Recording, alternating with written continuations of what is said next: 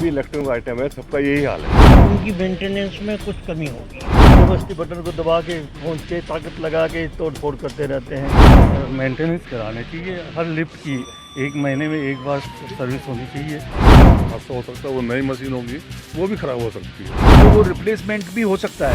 Lift को संचालित करते हैं मगर उंगली से प्रेस नहीं करते। कोई चाबी मारता है, कोई डंडा मारता है, कोई वो मारता है उसको बटन पुश करने के लिए।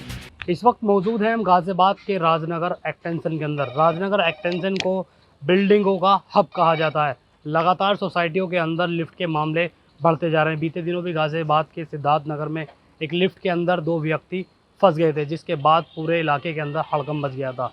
तो हमारे साथ कुछ लोग मौजूद हैं, इनसे बातचीत करेंगे। जो लिफ्ट है, जो सोसाइटियों के अंदर लिफ्ट है, उसको किस तरह से देखते हैं, कैसी सुविधाएं उन लिफ्टों के अंदर होनी चाहिए। तो आम लोग हमारे साथ हैं, सीधा इनसे जुड़ेंगे। अंकल जी, सबसे पहले आपसे बात करते हैं, क्या नाम है आपका? इनके स्वास्थ्य। अच्छा अंकल जी, लिफ्ट के अंदर लगातार हादसे बढ़ रहे हैं, किस तरह से आप देखते हैं इसको? अब ये तो अपनी सोसाइटी में तो सब ठीक है, बाकी जो अदर सोसाइटी में जो हादसे हुए हैं हो सकता है वो पुरानी लिफ्टें नहीं हों, काफ़ी पुरानी। हालांकि हमारे यहाँ भी काफ़ी पुरानी 10 साल पुरानी हो चुकी हैं, लेकिन हमारे यहाँ रिपेयरिंग बराबर हो रही है। जॉनसन एंड जॉनसन की जो कंपनी चल रही थी उसके बराबर से बराबर रिपेयरिंग चल रही है। और अगर कोई फॉल्ट होती भी है तो हमारे जो पदाधिकारी एओ के हैं ये उसको तुरंत मतलब एक्सेप्ट करते हैं और वो उसको ठीक कराते हैं वो। अच्छा, क्योंकि आप राजनगर एक्सटेंशन में रहते हैं, तो किस तरह से आप देखते हैं, क्योंकि गाज़ियाबाद में ज़्यादातर बिल्डिंगें गाज़ियाबाद के अंदर है, राजनगर एक्सटेंशन के अंदर है, किस तरह से आप देखते हैं कि लिफ्ट की सुविधाएं कैसी होनी चाहिए? क्या आप मानते हैं लाखों रुपए खर्च करने के बावजूद लिफ्टों के अंदर सुविधाएं नहीं मिल पा रही और लोगों को? नहीं, बहुत लोगों की मैं अदर सोसाइटीज़ की बात बता नहीं सकता, मैं तो अपनी सोसाइटी की बात बता रहा हूँ आपको। हमारे यहाँ सोसाइटी में लिफ्टें ठीक चल रही हैं और हालांकि ये 10 साल पुरानी हो चुकी हैं लगभग, लेकिन फिर भी ठीक चल रही हैं। और अगर मान लीजिए किसी ब्लॉक की कोई लिफ्ट में डिफेक्ट आता है तो उसकी सूचना मिलने पर उसको तुरंत रिपेयर कराया जाता है, तुरंत ठीक कराया जाता है। चलिए, और भी लोग हैं। अंकल जी, किस तरह से आप लिफ्ट को देखते हैं, क्योंकि लिफ्ट के अंदर क्योंकि आसमान को चूमते हुए इमारतें हैं और उन्हीं से आना जाना होता है, तो अगर ऐसे में लिफ्ट ख़राब हो जाए तो किस तरह से आप देखते हैं उसको? हम तो ये देखते हैं कि मतलब लिफ्ट जो है आजकल ज़रूरी है, पर उसकी मेंटेनेंस होना बहुत ज़रूरी है। जो मतलब गाज़ियाबाद में हादसे हुए या हुए, उनकी मेंटेनेंस में कुछ कमी होगी।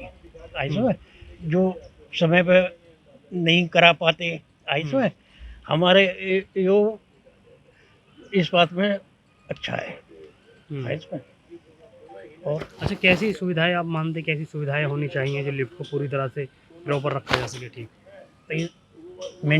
हर महीने जो है मेंटेनेंस देखें कि भाई क्या लिफ्ट में ख़राबी है। चलिए, और भी लोग हैं। अंकल जी, लाखों करोड़ों रुपए खर्च करके लोग सोसाइटियों के अंदर अपना आशियाना बनाते हैं, अगर उनको सुविधा ना मिले तो किस तरह से आप उसको देखते हैं? सबसे बड़ी बात तो ये है कि मैं राजनगर एक्सटेंशन में अजनारा इंटीग्रिटी से विजय कुमार बंसल बोल रहा हूँ जी लिफ्टों की समस्या जो है वो तो एक इलेक्ट्रॉनिक आइटम है, जो कि कभी भी ख़राब कहीं भी हो सकती है, चाहे गाड़ी हो चाहे कुछ भी हो। उसके अंदर सबसे बड़ी बात है कि हम लोगों का भी इसके अंदर सबसे बड़ा फॉल्ट ये है कि हम लिफ्ट को संचालित करते हैं मगर उंगली से प्रेस नहीं करते। कोई चाबी मारता है, कोई डंडा मारता है, कोई वो मारता है उसको बटन पुश करने के लिए। कुछ बच्चे उसमें कूदते भी हैं, गेटों के साथ बदतमीजी भी करते हैं। तो उसके अंदर क्या है कि हमारी जो सोसाइटी है यहाँ बराबर इसकी मेंटेनेंस होती रहती है, सर्विस होती रहती है। कोई कंप्लेंट होती है उसको पुनः अटेंड किया जाता है। हम इतना पैसा लगा कर यहाँ रह रहे हैं, हमने अपना फ्लैट ख़रीदा है यहाँ पर, तो सुविधा हमें चाहिए। मगर ये कुछ लोग अपने पावर का फ़ायदा उठा के शिकायत करते हैं, उसके बाद जो है फिर हम लोगों को जो भुगतना पड़ता है। अभी हमने सर्विस करवाई है, पूरे सर्टिफिकेट लिए, सारे लिफ्ट सही हैं हमारे यहाँ, मगर फिर भी सोसाइटी के अंदर ये चलता है कि ये नहीं हो रहा, वो नहीं हो रहा। सुविधा सबको मिलनी चाहिए, सर्विस बराबर होनी चाहिए। अच्छा, तो जैसे आपने बताया कि यहाँ पे सुविधाएं ठीक हैं, तो आप मानते हैं कि गाज़ियाबाद में ऐसे ही लिफ्टों का और ख्याल रखना चाहिए? बिल्कुल, सर्विस तो जो है लिफ्ट की ज़रूरी है। कोई भी, अब मेरी अपनी गाड़ी है, अगर मैं उसकी सर्विस नहीं कराऊंगा टाइम के ऊपर तो वो मुझे रास्ते में कहीं धोखा दे देगी। अगर मैं किसी थर्ड आदमी को, ऐसे आदमी को दे दूंगा जो तोड़ फोड़ के मेरे हाथ में रख देगा तो वो तो ख़राब होगी। ऐसे लिफ्ट का है, कोई भी इलेक्ट्रॉनिक आइटम है सबका यही हाल है। उसको सही मेंटेन करो, सही इस्तेमाल करो, थोड़ा कंट्रोल करो, ढंग से इस्तेमाल करो तो वो चीज़ ख़राब नहीं होती। जी, हम मतलब बिल्कुल ठीक फरमाया हमारे साथी ने कि एक तो लिफ्ट की सर्विसिंग होनी चाहिए रेगुलरली। वो तो सर्विसिंग तो एक ये हुए कि और वो मैन्युफैक्चरर की उसकी मदद स्टाइल से होगी। दूसरे इस्तेमाल करने वालों पर भी बड़ी जिम्मेदारी आती है। यहाँ बच्चे लोग क्या करेंगे, ज़बरदस्ती बटन को दबा के खींच के ताकत लगा के तोड़ फोड़ करते रहते हैं, तो वो मेंटेन करने वाला भी परेशान हो जाता है उस चक्करबाजी में।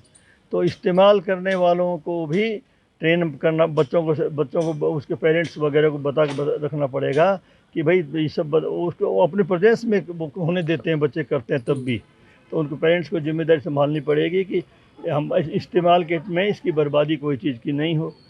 तीसरी बात यह है, जैसा कि शुरू में हमारे शर्मा जी ने बताया कि रहने वाले लोगों को आवश्यकता पड़ने पर अगर थोड़ा बहुत ज़्यादा खर्च करना पड़े तो एओ का सहयोग करें इस मामले में। अगर कोई एक बार लमसम की ज़रूरत पड़ती है तो सहयोग करें और बाद में जैसा हो जिसको बैकअप कर लिया जाए उस तरीके से, मेरा यही कहना है। तो जो सोसाइटियों के अंदर जो हादसे हो रहे हैं उसको क्या वजह उसकी मानते हैं आप?